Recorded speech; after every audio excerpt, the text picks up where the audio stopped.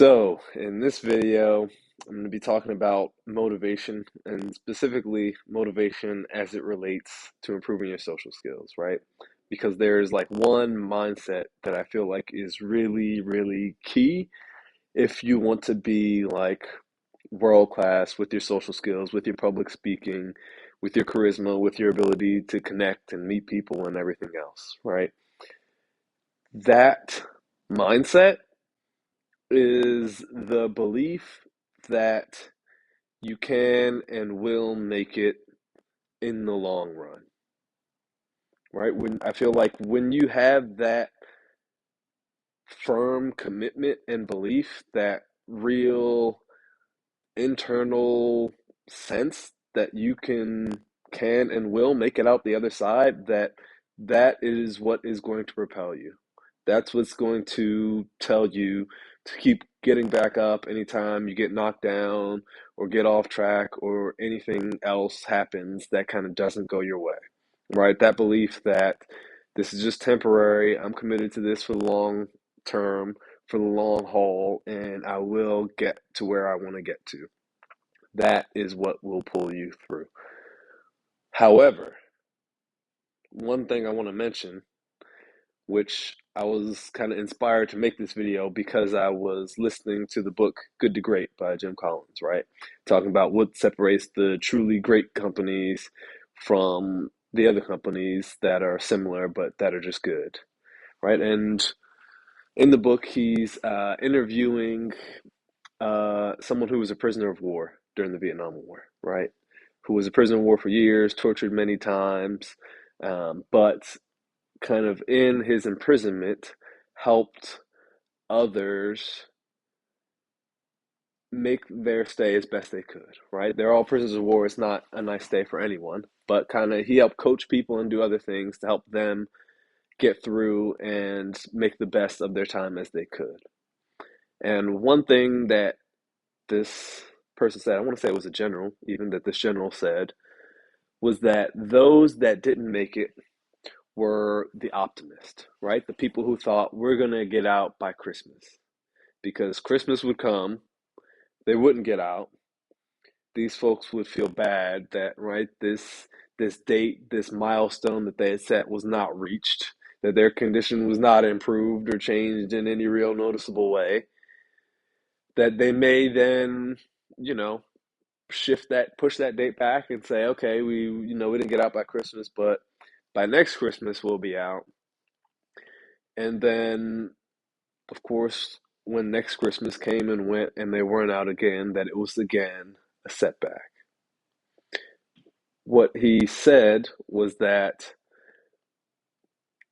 this was bad because it took these people's focus away from the reality of the situation, right? The reality of the situation was that they're in grim and dire straits and that they really have to be kind of mentally resilient to keep themselves in the best headspace while they're in these very tough circumstances.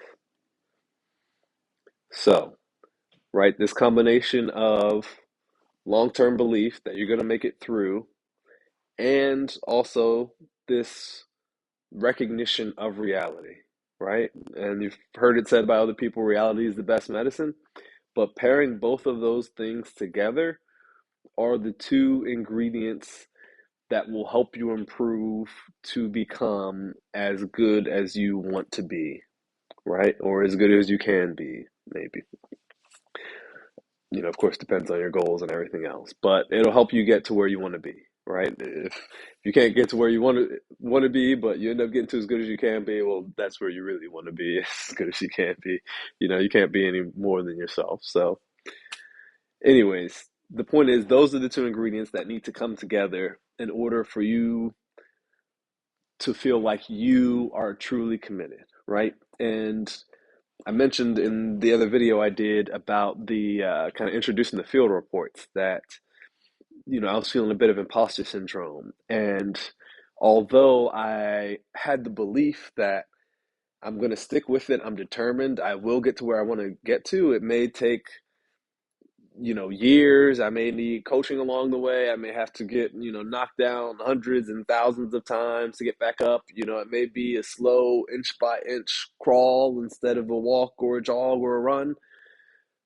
But I did have the belief that like I'm in it for the long haul. I'm gonna get through it. However, I also still felt like maybe I haven't done enough yet, right? Maybe I haven't had enough success in terms of improving my social skills for me to start sharing what I've learned with others. And I feel like it's that kind of self judgment that can really impede your progress. And if that is left unchecked and not corrected, long term, that will lead to you not being in the arena of improving your social skills to get to where you really want to be, or to really like a world class elite level, right? If you just want to improve your social skills to make some new friends, to find a romantic interest, um, honestly, I don't feel like that's that hard, right? It is hard. If it was easy, there would be no point in talking about it because it would already be done. So it is going to take work and be a big change for some, right? I don't want to kind of mince words or lie or misrepresent that. However, the difference between being good enough to make some new friends or get a girlfriend or network and make more connections at a business event, that bar is way lower than the bar of being, a top public speaker, having your own personal brand on social media, getting booked for shows or gigs or interviews, a truly, abundant dating life where you have, options that you feel like are all tens. Um, the difference between those is big. And to get to that kind of higher tier, it takes, in my opinion, in my experience, many times longer than to get to the tier of just making more connections, making more friends, going on more dates or that sort of thing. So I want to highlight that as kind of the difference. It's kind of the fundamental mindset that will help you get to where you want to go to, and also want to highlight the difference between you know getting good and improving your social skills enough to see tangible results that really help you improve your life, and getting to the point of improving your social skills to be kind of, elite or world class, or being able to make a living off of it. I feel like those are very different things, that the kind of commitment and time frame for both of those is very different. Um, but I feel like the mindset to achieve success can be and is the same with both of them, right? That when you're committed to it for the long term and you're also willing to recognize the reality, those are the big things. Of course, building on top of just recognizing the reality are the things that can help you along the way. That's, reading books or getting coaching or, feedback in some other way, taking courses, all these different things that you do in kind of any arena, can be applied to social skills as well. That's also why I'm making this channel, to give you another kind of tool or more information, more content to help you kind of improve in that way. The thing that I'm kind of going to go back on and maybe even end on here is that point about the self judgment and self attack, right? And again, it's a subtle one because you have to recognize the reality and be able to confront that reality. Be honest about where you're at, where the gaps are, where you need to improve. And in doing so, one thing that's helped me is the adopting the belief that in some ways I'm going to have to change kind of more dramatically, right? Some ways it can be kind of a steady improvement, steady inching along, and in other ways it's going to be, no, Jamal, you really need to break from what you've been doing in the past to get to this new you, to get to this higher tier, this higher level potential that you have, right? You gotta leave some stuff in the past, you gotta leave some stuff behind, you gotta drop some habits, and in some ways become become that better version of yourself, become that better version of me. So, to that point about the self attack, right? I'm gonna just share this story. When I was going out initially, every night when I was driving back home, I would be running back in my mind different instances where I could have talked to someone for a little bit more, or I could have said something a little different that would have changed the way the interaction went. It was always this judgment of something I could have done a little bit better. Now, on the one hand, that's very good because knowing what you can do better or areas where you could improve helps you then know what to change next time to try out different things, right? And that's another mindset that I feel like helps with improving social skills. Is think of it a bit as an experiment, and that you're getting feedback, right? It's not personal, it's not a self attack, it's not a judgment on you. It's feedback on your approach, on your presentation. You can take the feedback or you cannot take it, but it helps to collect more feedback and, in general, react and change accordingly.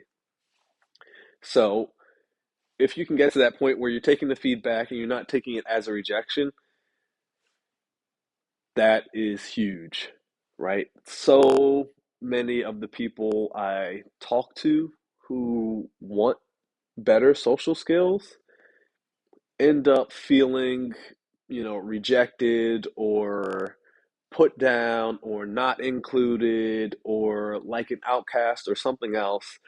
And that negative feeling ends up causing them to kind of not continue going out, right? And that's understandable, right? Who wants to continue to feel bad and negative like that? Nobody does, right? So it's absolutely understandable. However, the reaction is not to say, I'm having this, you know, very bad negative feeling, let me avoid it. It's saying, I'm having this bad, I feel like a better place to be coming from is I'm having this negative feeling. What can I do to change that in the future, right? What can I do so that next time I'll go out, I don't have that same negative feeling again? To relate it back to the story I started with about, me driving home feeling like there always was more I could have done. What I started doing, if you didn't know, I'm a data analyst by training. Um, I started recording data of how many people I talked to when I went out. And when I started doing this, I thought, okay, I'm gonna have to do this for months. And maybe over the course of several months, I will see results and improvements from continuing to go out. It got to like not even 6 or 7 events, right? So after a few weeks, I had enough data to see that the trend was like significant and positive, meaning that as I was going out more and more, I was talking to more and more people. And I could feel that a little bit internally that I wasn't feeling as anxious or as nervous, or talking to new people wasn't as scary as it once was. But it took me, recording the numbers and going back and reviewing it over a span of weeks to have the hard data and the evidence in my face to say I am improving in a relatively obvious way, right? When you look at the numbers, it's obvious to see that I'm improving and it's happening, week on week, not, over the course of months or years. And when I was confronted with this evidence, I thought back to those rides back home, how I had been kind of beating myself up for not doing more. And it really kind of prompted me to say, okay, I have more inner work that I need to do to confront some of these kind of negative beliefs that are coming up, right? I was focused and fixated on this belief that, man, there are more opportunities out there that I missed, instead of focusing and fixating more on the evidence and the belief that I'm improving in a tangible, measurable, quick way, right? And both of those things can be true, that you're improving and still have room to go. Of course, you're not at the end. And if you are at the end, then there's no need to watch these videos. So it's a question of which one are you focusing on? Which one are you putting your time, energy, thoughts feelings, emotions towards. And if it's towards the self attack, the self criticism, that eats away at you. And I'm sure you've felt it. It eats away at you inside. And to really have what it takes to be in it for the long haul, to get those world class, elite level results, you can't have these things kind of eating away at you, knocking you down a little bit. And it's a journey. It's work. It's effort. It's something I've been working on now. I'm in this for like a year and a half of really intentionally working on my social skills, my charisma. Night and day difference from where I started. Night and day difference. However, in all this improvement and all this progress that I've made, I see more clearly the higher levels that I can and want to get to. And so I feel like also the more time I've been in the game, the more I'm do feel confident that I can get to the higher levels. The more I am shedding some of these weights that have been pulling me down, the more I am feeling like I'm getting momentum. I'm building on these things that I've learned in the past. I feel like this has been like a re-education, like a chance, a second chance at college in a way. Except this college is like, I'm not, learning about math and economics. I'm learning about life skills, right? It's not even, it's bigger than social skills. It's about life skills because, like I said, it gets into the personal development, the internal beliefs, the mindsets, the emotions, and everything else that comes with it. And I feel like getting to this point as well is also helps reinforce the commitment to do this for the long term, right? Seeing that it's not just about getting a girlfriend or getting women or getting laid or making a new friend or going to parties or being able to invite people, have gigs at your house or whatever else. It's become so much more. It's become a exercise or a practice in managing my emotions, in connecting with others, in rethinking the way I see the world. Um, and and seeing these benefits that have extended way beyond what I thought when I got into it. That's part of why I've been so excited. Why I've been like this. This has become a core part of my purpose now. This is something I want to improve. You know, at my essence, at my core, and if I have to do more work to get there, I will do it because I'm convinced that there are benefits, and it's not even benefits at the end of the road. I was, going to say there are benefits that will come. It's benefits that have come and will continue to come the more I stick with it. And so, I share all these things about mindset and all to say I've seen people come and go. Even people who came in very strong, right? They came in, attending programs, following coaches, paying money, getting the personalized feedback, but when they went out and had to kind of keep it going, there was too much of a negativity, of a self judgment, of this isn't me, instead of a doing what it takes to become the person I want to be, right? Uh, I feel like the focus was too much on the current difficulties and not enough on the one progress, to the benefits that will come after you are doing the hard work, and three, not enough of a focus on things that they could be doing concurrently to make their experience better, right? So quick example here. Someone I know who, came, spent money on programs and ended up, not following up. Spent money, learned about social skills, then didn't start going out, went out as they paid for the program and then not new times after that. And I think part of what made it easier for me and more difficult for them was one thing that definitely helped me a lot was I was able to find friends along the way. When you find other people who are in a similar headspace, who you can hang out with, who you can go out work on your social skills with, or when you're not working on your social skills, just enjoying that out with. Um, that makes a huge, huge, huge difference. And so it's not to say don't start working on your social skills if you don't have someone to do it with you, but it is to say, as you're working on your social skills, keep that in mind as well, because that can be a huge, a huge benefit, a huge motivation, a huge incentive, a huge, another accountability outlet or venue.